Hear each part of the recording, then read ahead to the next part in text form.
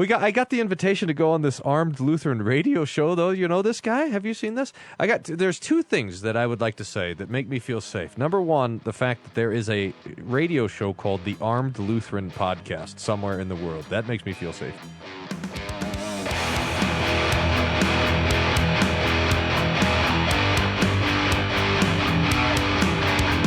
Bringing you law, gospel, and guns.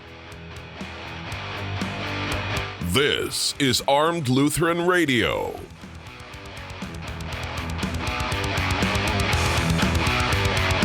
Hey folks, welcome to another episode of Armed Lutheran Radio, a show about guns, hunting, competitive shooting, the natural right of self-defense, and what God's Word says about the issues surrounding gun rights and gun ownership. I'm your host, Lloyd Bailey, the Armed Lutheran. This is episode number 482. Welcome to all of you. Thank you for making Armed Lutheran Radio a part of your week again this week. Thank you to all of you, members of the Reformation Gun Club, who, through your monthly and annual contributions, make this show possible. We really do appreciate it. We just had our most recent online hangout a couple of weeks ago. And if you would like to be one of those people invited to come join us and hang out with me and Pastor Bennett and a bunch of other really cool people, then visit armedlutheran.us or reformationgunclub.com and look for links in the show notes for this or any of our future or past episodes. And sign up today. Every penny goes to help cover the bills and make sure that we keep going, and every single penny is appreciated. So check it out, reformationgunclub.com, or look for a link in the show notes. All right, today, what are we talking about? We are talking about guns. We're talking about the guns wielded by yet another leftist who has attempted to assassinate President Trump. I know this is coming to you a few weeks after the events of the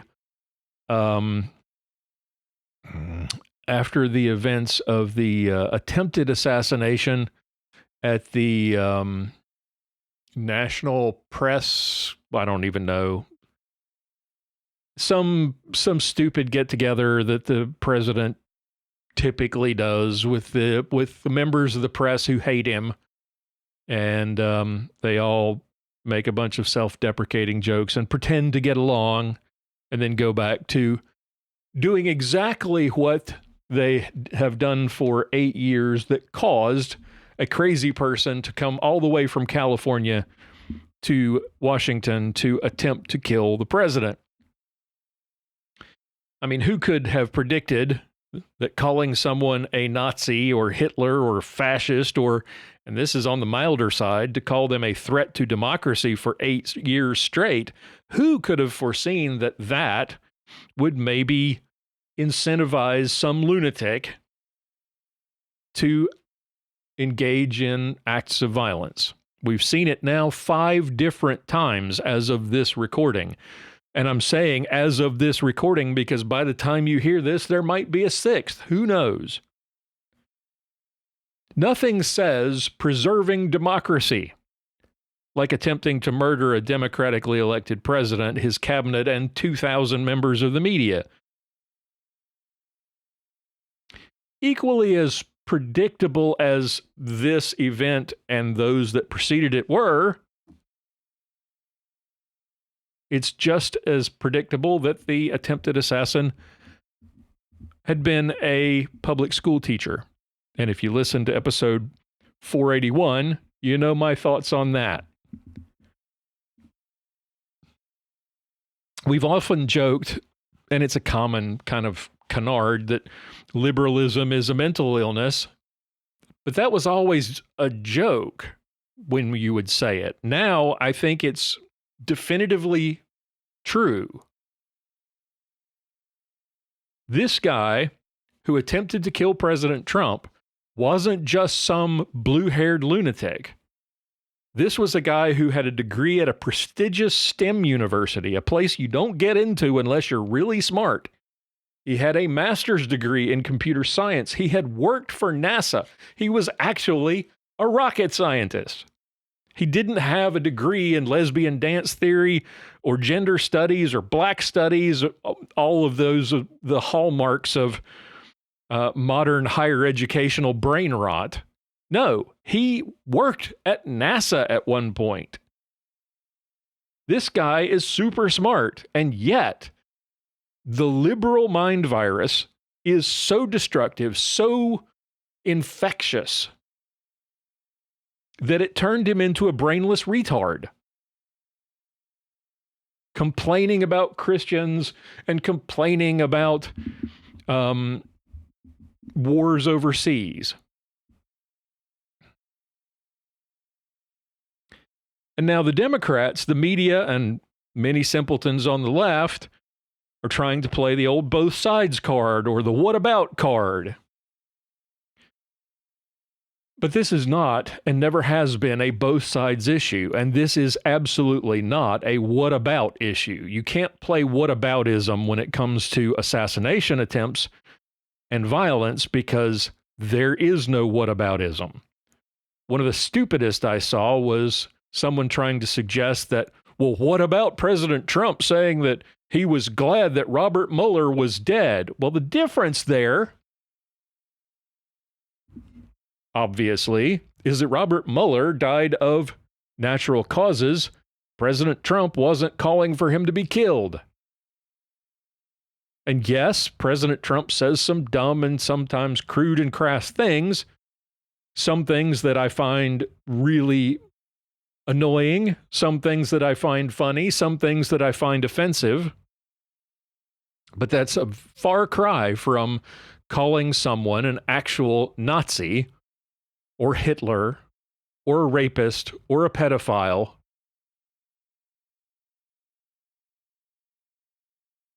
It's funny, the whataboutism, or not the whataboutism, the both sidesism that everyone plays is ironic because it suggests that, well, wait a minute, you people on the right, you call your political opponents communists all the time, socialists. Well, there's a difference. The first difference being that, strangely, the most murderous and evil ideology of the 20th century, communism, is still considered to be not as bad as, it's not taught that it's a bad thing. It's taught to be equally valid with something like capitalism. You still see college kids waving communist flags or putting prominent communists on their t-shirts like Che Guevara. Or they'll argue that, well, wait, no, Stalin, Mao, yeah, they killed millions of people, but that's not real communism. Communism has never really been tried. You know, we've only killed 200 or 300 million people during the course of the 20th and the 21st centuries, trying communism and failing. This time, by golly, we'll get it right. But the other thing, the real problem, is that the people who complain about, oh, I can't believe you're calling them communists, when they themselves call themselves communists. AOC or Bernie Sanders, openly, Zoran Mamdani, openly admit that they're socialists. But the big problem is with how those terms are defined. When we say someone's a commie or a socialist, we look at their policies and we look at their anti-capitalist policies. We look at their opposition to private property and to their opposition to religion, their opposition to individual freedoms, their opposition to the Second Amendment, and we call things what they are. Their support for public programs and ever greater public spending and solving problems through the great power of government. If only we could just take enough of your money and spend it wisely, because you, the hoi polloi, don't know what you're doing. You don't know what's good for you. Those people are socialists by definition. But to the left, a Nazi is someone who is opposed to drag queen story hour. A Nazi is someone who wants secure borders. A Nazi is someone who wants to fight crime. A Nazi is someone who recognizes the inherent value of all human life. Definitionally, the left has no idea what a Nazi or a fascist is. And interestingly enough, the very people, the anti-fascists, are in fact the most fascist people in the country. They're the people who want you arrested. They want you beaten up. They want you killed. They want you silenced if you don't agree with them when it comes to their politics.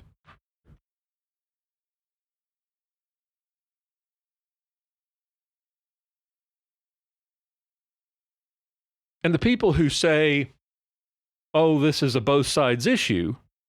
Now, I'm not going to sit here and be a Pollyanna and suggest that somehow there aren't crazy people on the right. There definitely are. But they're the crazy people. They're the fringe. They're a vastly small minority on the right. The people who suggest that violence or think for some reason violence is okay. Very, very, very, very small. I mean, it's so small. The extremist violence is so small that groups like the SPLC, the Southern Poverty Law Center, had to actually spend money to try to gin it up, to prop it up, by giving the money they raised from donors to groups like the KKK and the National Front, to actual neo-Nazis.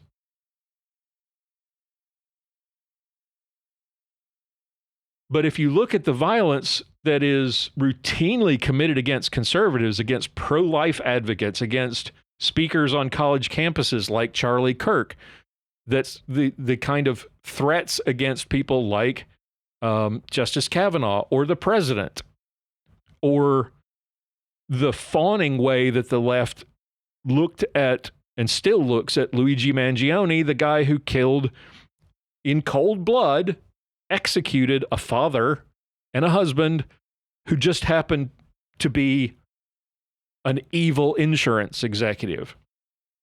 And a large swath of the left seems to think that's perfectly okay, and that somehow Luigi is a hero instead of the piece of garbage that he actually is.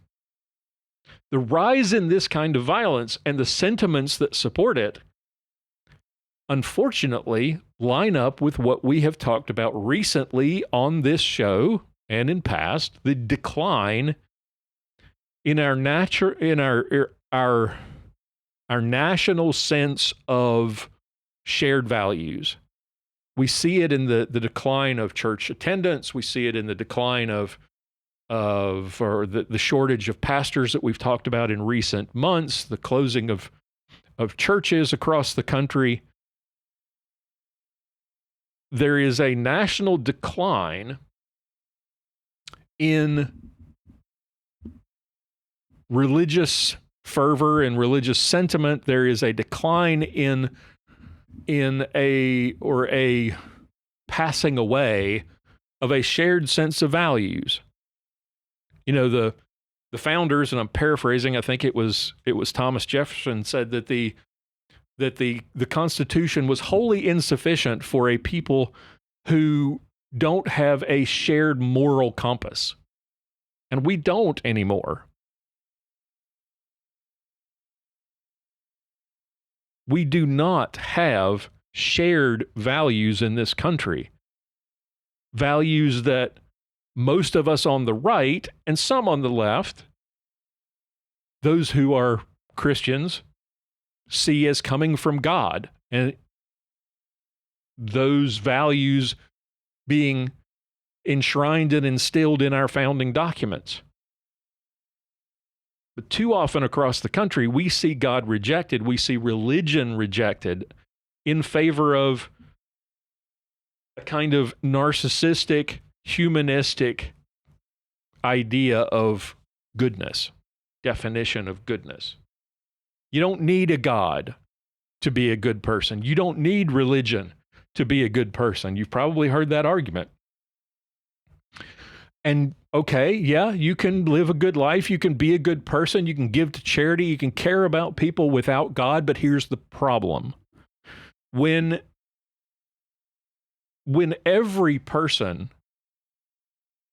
is a God unto himself, if we're all free to define what is good and what is evil based on our own personal whims and wants, that's what we're seeing right now in the country. We are seeing that playing out in the country. And that's how you get people cheering for violence against people they disagree with. It's fascinating for all the people who claim that this is a both sides issue. Those of you who are, you don't have to be that old to remember the Barack Obama administration or the Joe Biden administration, such as it was. You didn't have people on the right threatening to kill Barack Obama. You didn't have attempts on the life of Joe Biden. You didn't have attempts on the life of the first black president, Bill Clinton. For those of you who are too young to understand what that little joke meant, go back and look it up. It's not the right that's trying to kill people. It's the right that may disagree with you and then goes out to the ballot box to dispatch your political career. But we certainly don't want you dead. The left, on the other hand, would just as soon put a bullet in you, throw you in a mass grave, and move on.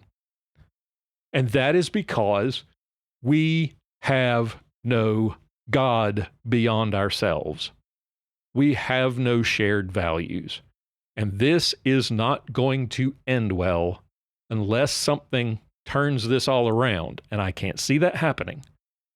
God is great, and he can do anything.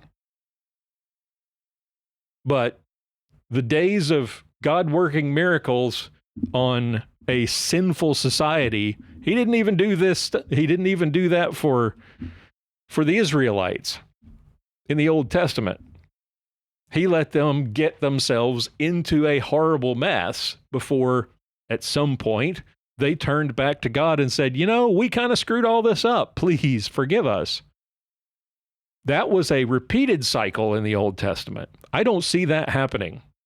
We are becoming the Canaanites. We are not turning back towards God. We are straying further and further away from him. And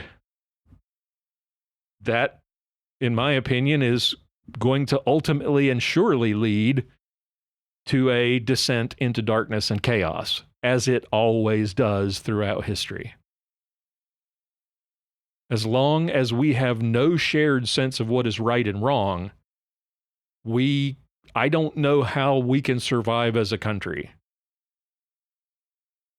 Apart from praying for some intervention that brings this country together. As we've said before on the podcast, I don't think another 9/11 would do it.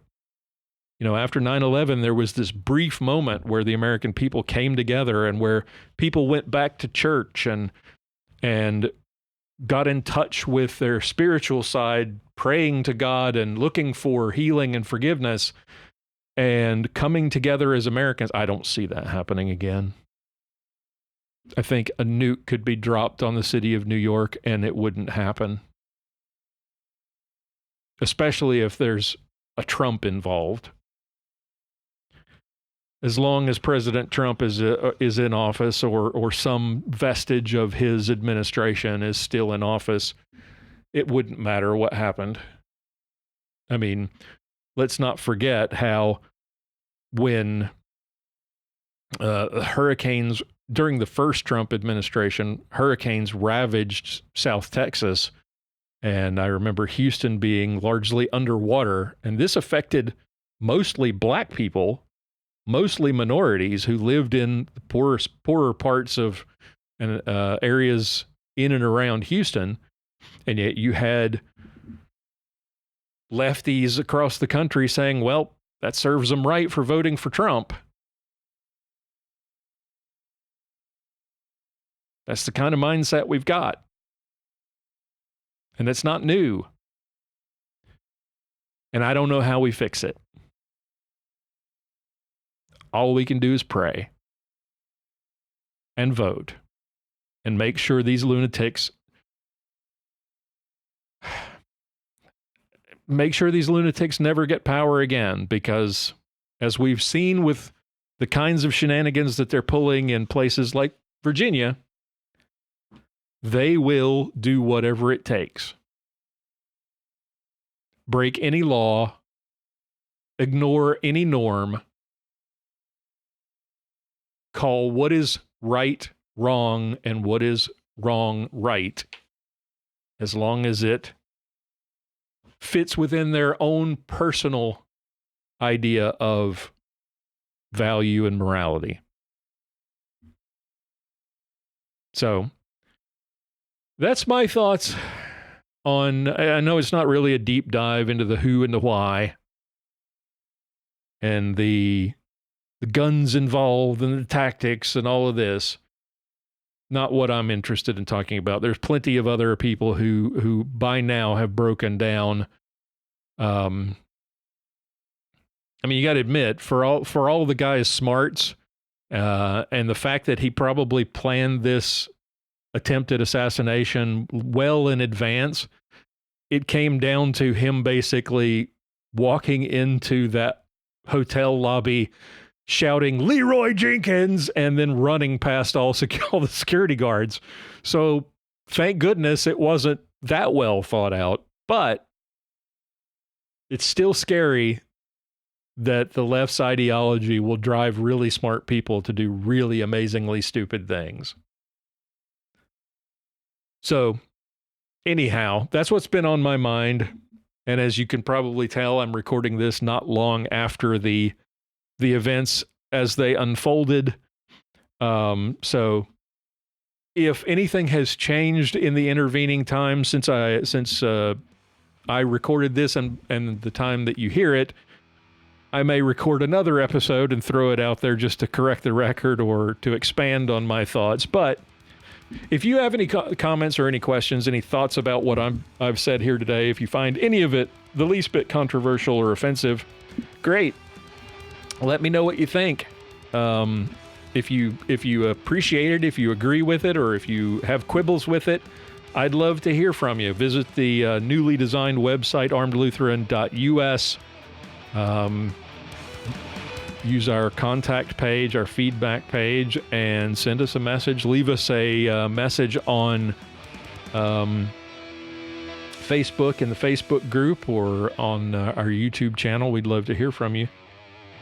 Until we get together again for whatever between now and next week happens, till then, keep shooting, keep praying. We'll talk to you next time. For show notes, be sure to visit our website at www.armedlutheran.us. Check out the Facebook page, The Armed Lutheran, or join our Facebook group, Fans of Armed Lutheran Radio. If you like what you hear, please leave us a comment on our feedback page at armedlutheran.us/feedback or a review on iTunes and let us know what you think. Thank you for listening to Armed Lutheran Radio.